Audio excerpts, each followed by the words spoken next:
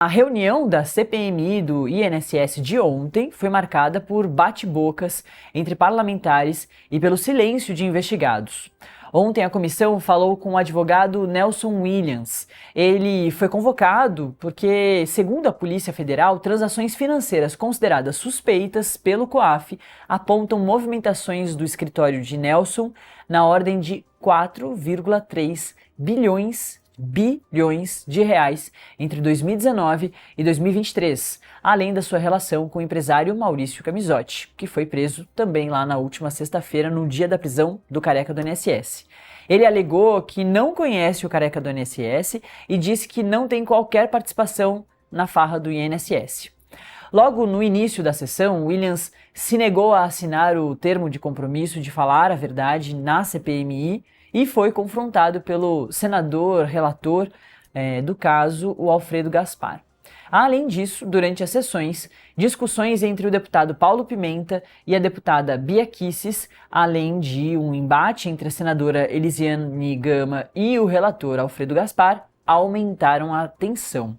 Por isso mesmo, a gente vai falar agora com a nossa repórter, a Marília Ribeiro, que vem acompanhando de pertinho a CPMI do INSS. Marília, muito bom dia. Oi, Nath, bom dia para você, a todos que nos acompanham no Acorda Metrópolis, uma boa sexta-feira para todos nós.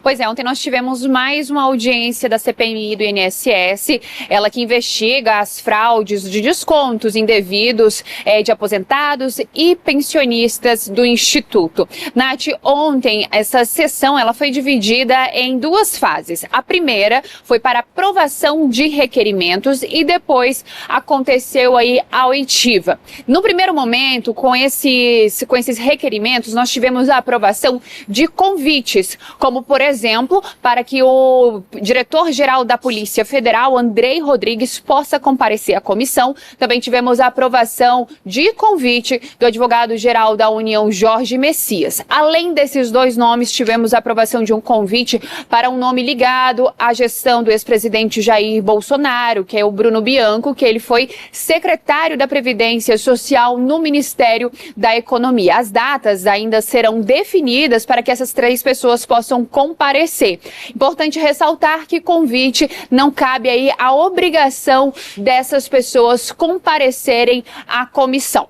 Em seguida, nós tivemos aí o início da oitiva do advogado Nelson Williams. Ele já começou, Nath, pedindo o respeito dos parlamentares para que eles pudessem respeitá-lo da mesma forma que ele faria assim com os deputados e com os senadores. Logo no começo tivemos aí questionamentos levantados por Alfredo Gaspar, que é o relator, e também por Carlos Viana, presidente da comissão. Em todos esses questionamentos, Nelson Williams chegou a dizer que não tinha nada a ver com isso. Isso, a investigação da Polícia Federal e da Controladoria Geral da União, que revelou essas fraudes essas que começaram a ser divulgadas aqui no Metrópolis, e com a investigação da Polícia Federal e da CGU, chegou aí a um prejuízo de mais de 6 bilhões de reais. Em seguida, Nelson Williams, Nath, ele ficou calado durante a sessão, não respondeu aos questionamentos que foram feitos pelos parlamentares. Isso porque ele conseguiu um habeas corpus lá no Supremo Tribunal Federal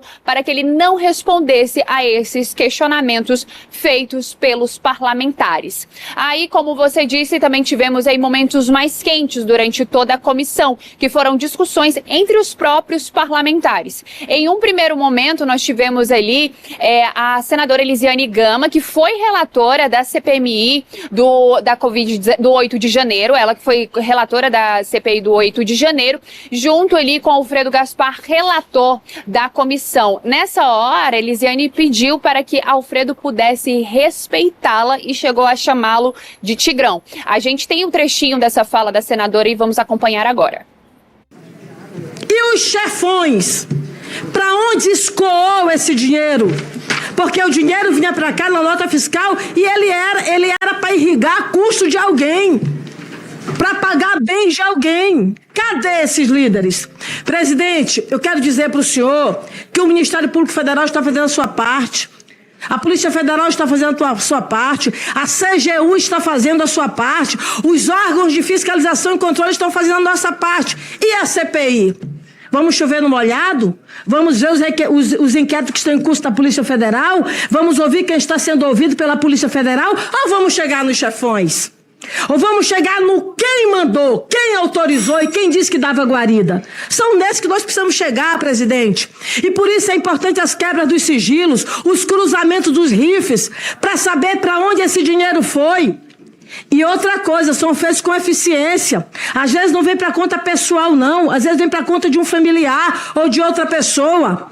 Então, são neles que nós precisamos, de fato, focar. Eu quero finalizar que eu tive a honra de ser relatora da CPMI do 8 de janeiro. E toda a investigação da Polícia Federal, ela foi, na verdade, a confirmação da investigação da CPMI. Nós mostramos os executores, nós mostramos os financiadores, mas nós mostramos os autores intelectuais. Muitos deles agora sendo condenados pela alta cúpula da magistratura brasileira. Eu quero deixar aqui ao relator desta comissão, eu quero dizer até para o senhor, relator, para o senhor tratar as mulheres como o senhor trata os homens nesta comissão. O senhor trata com muita educação, as mulheres também precisam ser tratadas com a mesma educação, muito embora sejam, na verdade, investigadas. E para finalizar, presidente, eu almejo e desejo que esta comissão realmente siga nesse ritmo e faça realmente a apuração necessária. Muito obrigada. Senhor presidente, fui citado. Pois não. Quero dizer a nobre senadora que isso aqui não é um circo, não. A senhora me respeite. Eu aqui não tratei ninguém mal. Tigrão pra cima de mim agora, é? Não. Tigrão pra cima de mim? Me respeite o senhor, deputado. Me respeite o senhor, deputado. Vossa Excelência pensa que tá falando com quem, deputado? A senhora tá... Olha como o deputado relator é, senador. Deputado. A senhora tá... Quando é pra falar como a deputada, ele fala desse jeito. Quando é pra falar como a mulher, ele fala desse jeito. Mas quando é falar com o homem, é de uma educação, que é uma coisa impressionante. Não, relator. Pois é, Nath, foi uma comissão bastante acalorada e entre os próprios parlamentares. O que estava previsto para essa sessão era que também seriam ouvidos aí sócios do careca do INSS, o Antônio Carlos Camilo Antunes, nós estamos falando de Rubens Oliveira e de Milton Almeida, além de Tânia, que é a esposa do careca do INSS. Mas durante as discussões, o que ficou alegado foi por conta que essas pessoas conseguiram também um habeas corpus no Supremo Tribunal Federal para poderem ficar caladas. Então, dessa forma, os questionamentos que fossem feitos pelos parlamentares, eles não poderiam ser respondidos caso essas três pessoas não quisessem responder, logo incluindo aí também Nelson Williams. O que o presidente da comissão, Carlos Viana, pensou então? De fazer uma estratégia. Ele afirmou que vai solicitar ao Supremo Tribunal Federal que reconsidere a decisão do Antônio Carlos, o careca do INSS,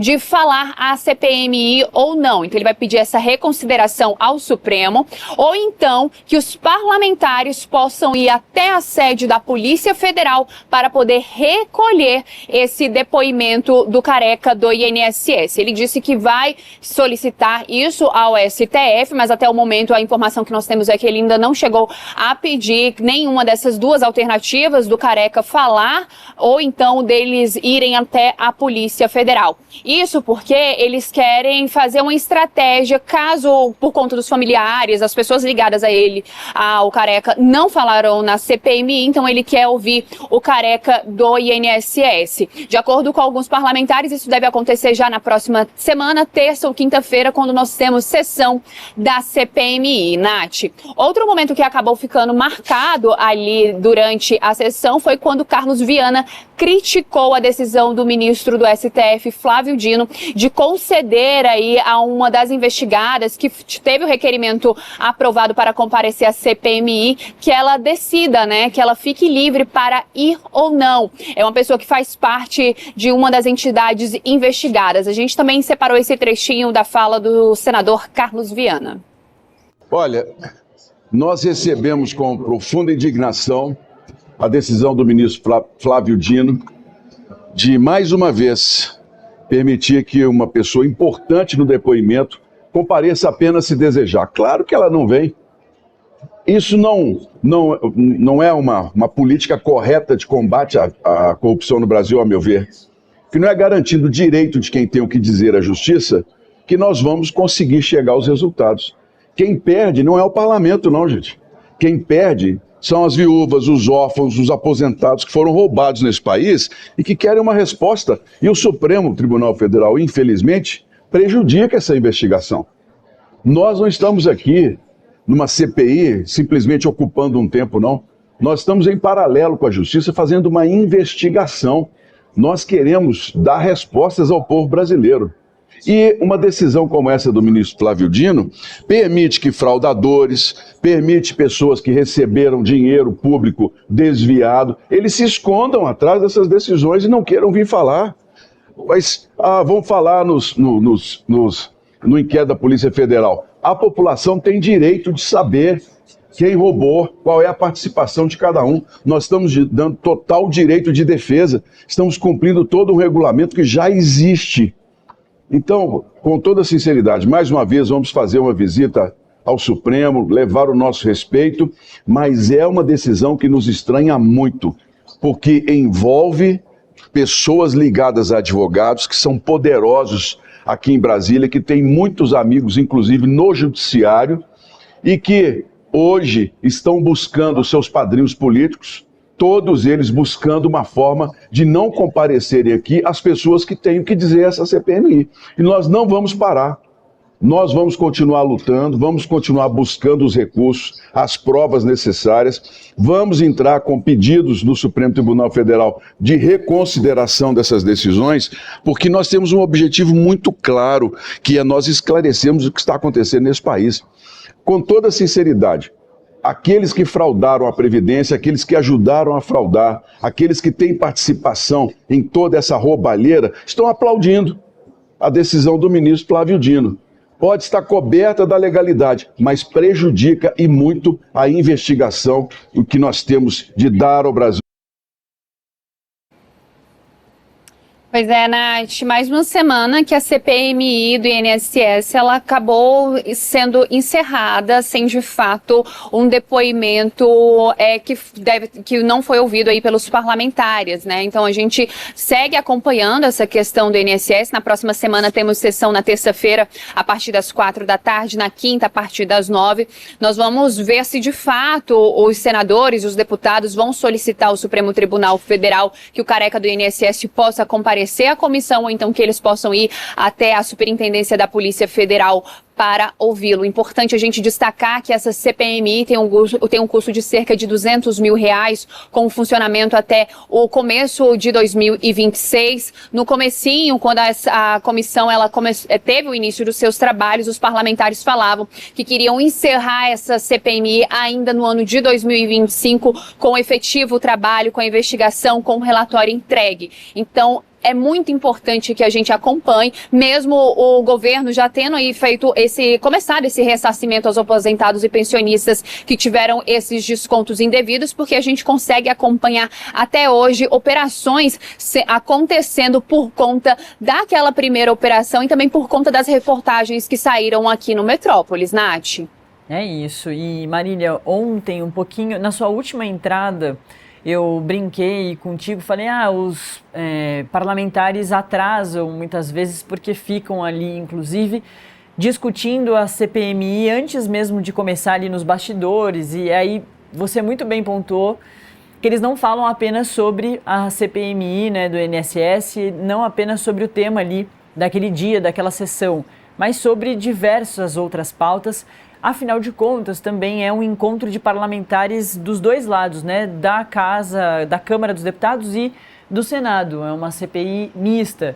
E aí a gente vê que também nos conflitos isso volta, né? Ali nas brigas, nas discussões que eles trazem, muitas vezes eles trazem ali a questão, claro, do embate ideológico, né, do embate ali da esquerda e da direita, eles levam para lá também, assim como a gente viu ali Elisiane Gama com o Alfredo Gaspar, a discussão ia para além do INSS, né, para muito além do tema ali principal. Ô Marília, queria continuar contigo.